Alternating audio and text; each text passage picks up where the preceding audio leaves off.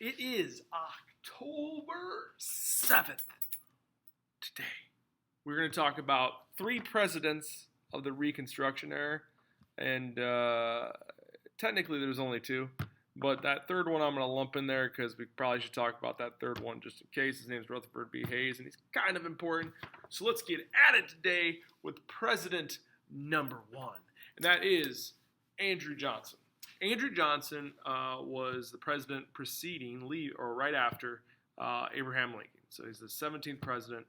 He wasn't actually even supposed to be vice president. No one really would have picked him otherwise. He definitely wouldn't have been chosen as president.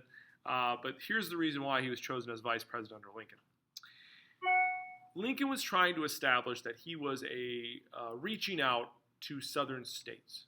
This is towards the end of the war, and he wants to show that he's willing to work with people that have the ideology of the South in trying to rebuild the nation. So he picks Andrew Johnson because he was the only senator that didn't actually leave the Union from the southern states. So he stayed on. He picked him. Here's some issues with Andrew Johnson. One, he has a modest background, and he really does work to get the name that he has, and that's awesome. Here's the bad thing. He gets a little chip on his shoulder. He's a little egocentric. He's a little bit me, right? And the problem is when you have those traits and you're running for office, you are not going to change who you are because you believe now that egocentrism, that idea of me, the idea that I'm the best, has been solidified, the fact that people voted for you. But the thing is, they didn't really vote for him. They voted for Lincoln. So he keeps that mentality that he's the smart one. He's the one that can make the decisions. He's the one that should have the power. And because he doesn't like playing well with others, it's going to come and bite him a couple different ways. First, there's some issues that take place of Reconstruction that we need to get out of the way.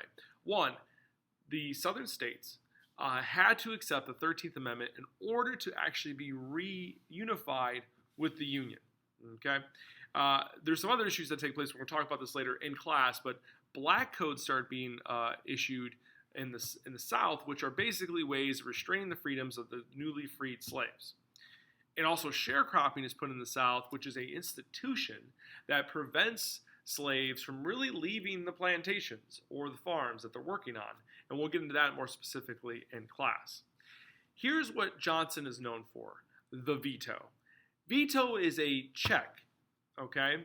So there's checks and balances in our government. First of all, you got the legislative, you got the executive, you got the judicial branch. And each branch is supposed to check the power of the other 2 branches. That's how our government's designed, to make sure not one gets too powerful over the other. And if that happens, watch out. Probably not a good thing, at least according to our founding fathers, in just simple logic. So what he did is he used the veto power on the legislative branch who makes the laws. And he did this 21 times, which was a record up to that point. No one's even come close to vetoing that much legislation until Andrew Johnson. What's really crazy is he breaks another record. His vetoes that he issues, the 21, 71% of them get overturned. This means if the president vetoes a law, the Congress actually can overturn that veto if they get enough votes, and they did 71% of the time. Here's what goes wrong. He tries to get stuff done when Congress isn't in session. So he eventually does all this stuff while they're gone, and he gets the attention of the senators, who are a little upset about this, and people of Congress. And they lay a trap for him. They pass a law called the 10-Year of Office Act.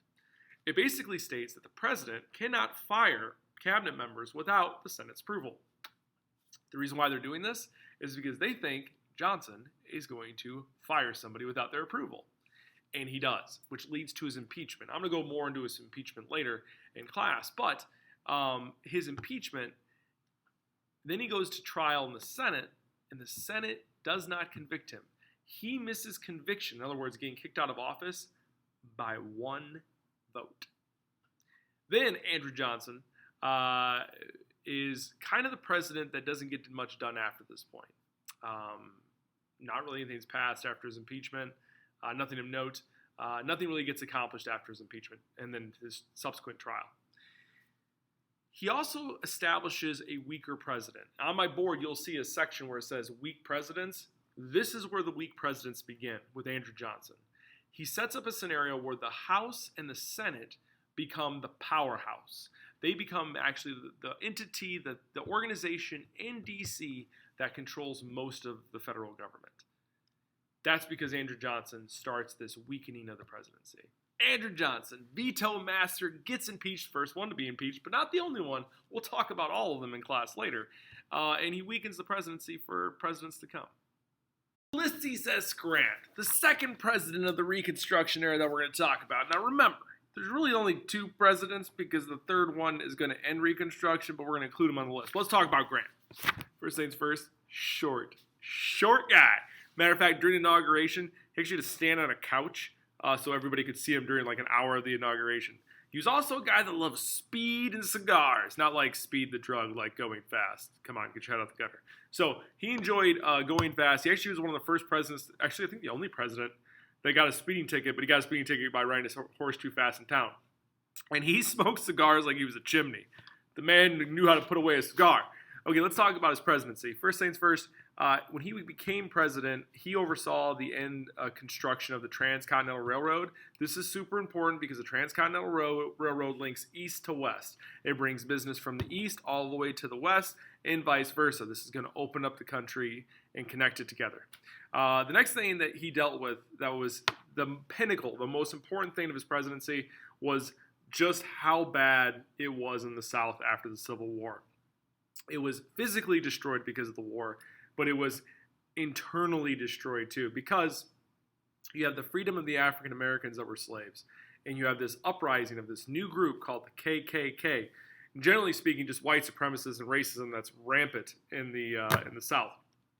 This racism will bleed over and cause violence that we haven't seen before, burning of black churches, lynching of black men and women. It was a violent, bloody time. Grant sends federal troops to the South to fight the KKK. And he also sends federal troops to enforce the newly freed African Americans their right to vote. Them being allowed to vote, by the way, the black population ended up voting in tremendous numbers for Grant, and that's why he wins re-election. Unfortunately, a railroad goes out of business. It causes not a Great Depression, but it causes a depression in the country. And then there's a stalemate between the presidency and Congress.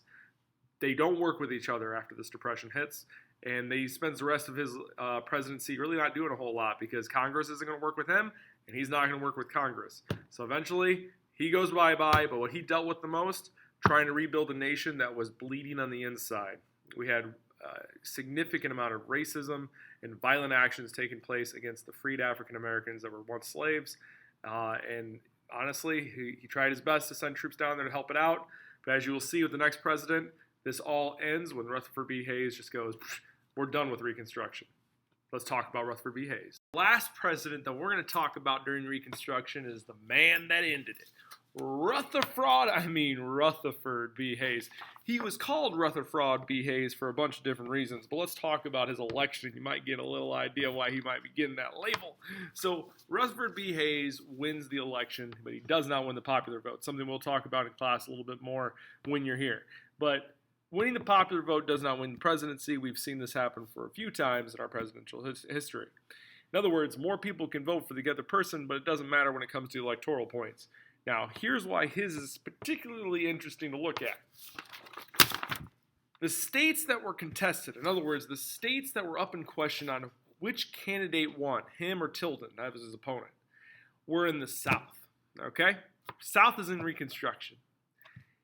There's an electoral committee developed that it basically is looking into who won these states.